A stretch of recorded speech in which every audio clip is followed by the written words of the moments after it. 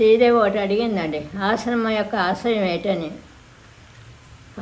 ఆశ్రమం యొక్క ఆశయం, స్వామిజీ యొక్క ఆశయం వ్యక్తి శాంతియే లోకశాంతికి మార్గం. స్వామిజీ ఎవరన్నా ఆశ్రమాలు పెట్టమంటే ఈ భూమి మీద ఆశ్రమాలు ఎందుకు, ముందు మేము హృదయంలో శాంతి స్థాపన చేయండి అనేవారు. అంచేతే individual peace that paves the way to the universal piece అన్నారు.